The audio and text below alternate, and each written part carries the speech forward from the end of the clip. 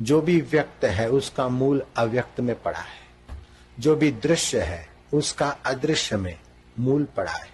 ऐसा कोई ज्ञान नहीं जो आपकी गहराई में न पड़ा हो। बाहर से केवल उसको जागृत किया जाता है। जैसे धरती में बोरिंग करते तो बाहर से पानी लाते शुरू में, लेकिन ऐसा कोई पानी नहीं है जो धरती में न हो।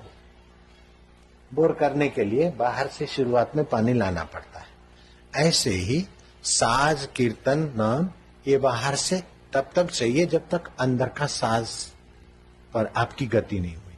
फिर तो अंदर से सारा खजाना निकलता है। ये जो वेद है, शास्त्र है और मंत्र के दृष्टा ऋषि हैं, इन्होंने कहां से लिया सब? ओमकार मंत्र भगवान नारायण ने इसकी महानता खोजी। गायत्री मंत्र की महानता विश्वामित्र के हृदय में प्रकट हुई। ऐसे ओम नमो भगवते वासुदेवाय की अपनी महानता है। ओम हंसम हंस, ये आरोग्य के कण बनाने वाले मंत्र की अपनी महानता है। राम शब्द की अपनी महानता है। राम के रकार से सूर्य तत्व और मकार से चंद्र तत्व प्रकट होता है। ये सारे शरीर जो है व्यक्त हैं, लेकिन तुम अव्यक्त हो। तुम नहीं दिखोगे। जब मरोगे तभी भी दिखोगे नहीं किसी को, चाहे 10 माइक्रोस्कोप लेकर बैठे। तो तुम भी अव्यक्त हो, परमात्मा भी अव्यक्त है, और अव्यक्त के बल से व्यक्त का पसारा है। आत्मा अव्यक्त है और स्वप्न व्यक्त है। जो व्यक्त है वो बदल जाता है, अव्यक्त ज्यों का त्यों रहता है। रात्रि का स्वप्न व्यक्त हुआ, लेकिन अव्यक्त तुमसे ही तो व्यक्त हुआ, और व्यक्त बदला, मिट गया, लेकिन अव्यक्त उसको जानता है। शरीर की प्रतीति होती है,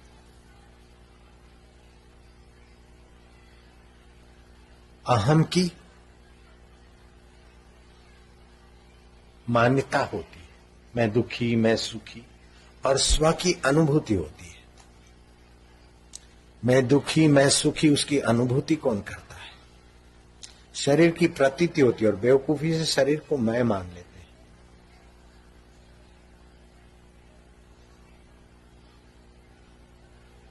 और शरीर के संबंधों को मेरा मानते हैं।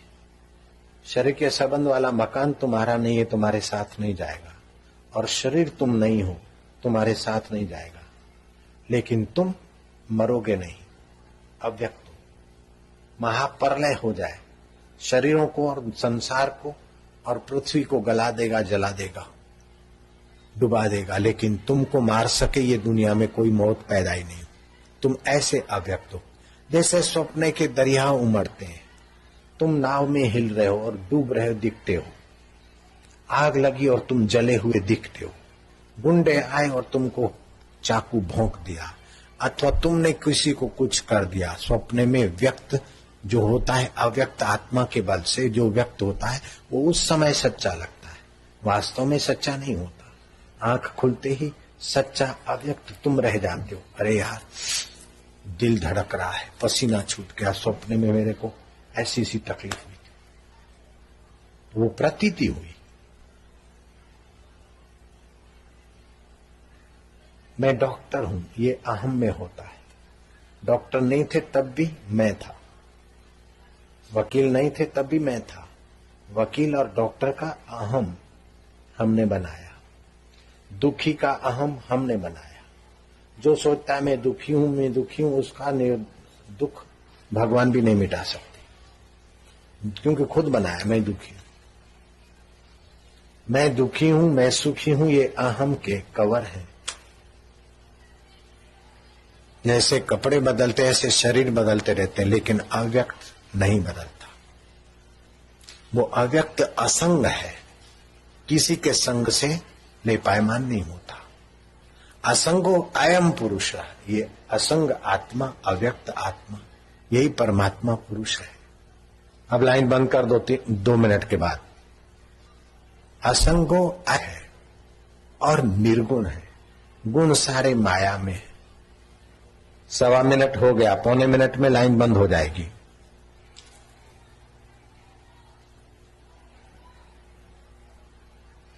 तो इस पुरुष को पहचानने का ज्ञान अगर नहीं मिला तो दुनिया का सारा ज्ञान भरते जाओ, फूटी दो कोड़ी हाथ लगने वाली नहीं है।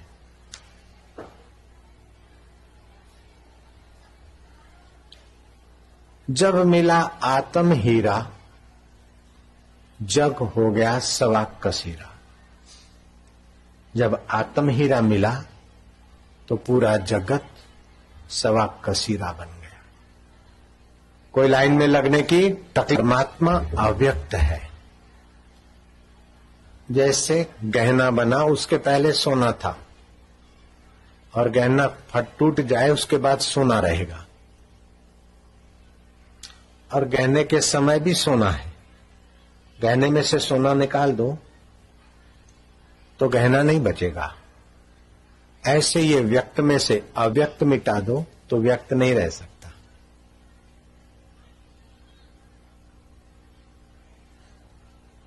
जल तत्व, तेज तत्व, वायु, आकाश, 5 भूत हटा दो शरीर में से तो शरीर नहीं रहेगा। लेकिन इन 5 भूतों का जो आधार है वह चैतन्य रहेगा। चेतन विमल सहज सुख राखी, वो निर्मल है और सहज में सुख राशि, तो उसी चेतन का सुख आता है।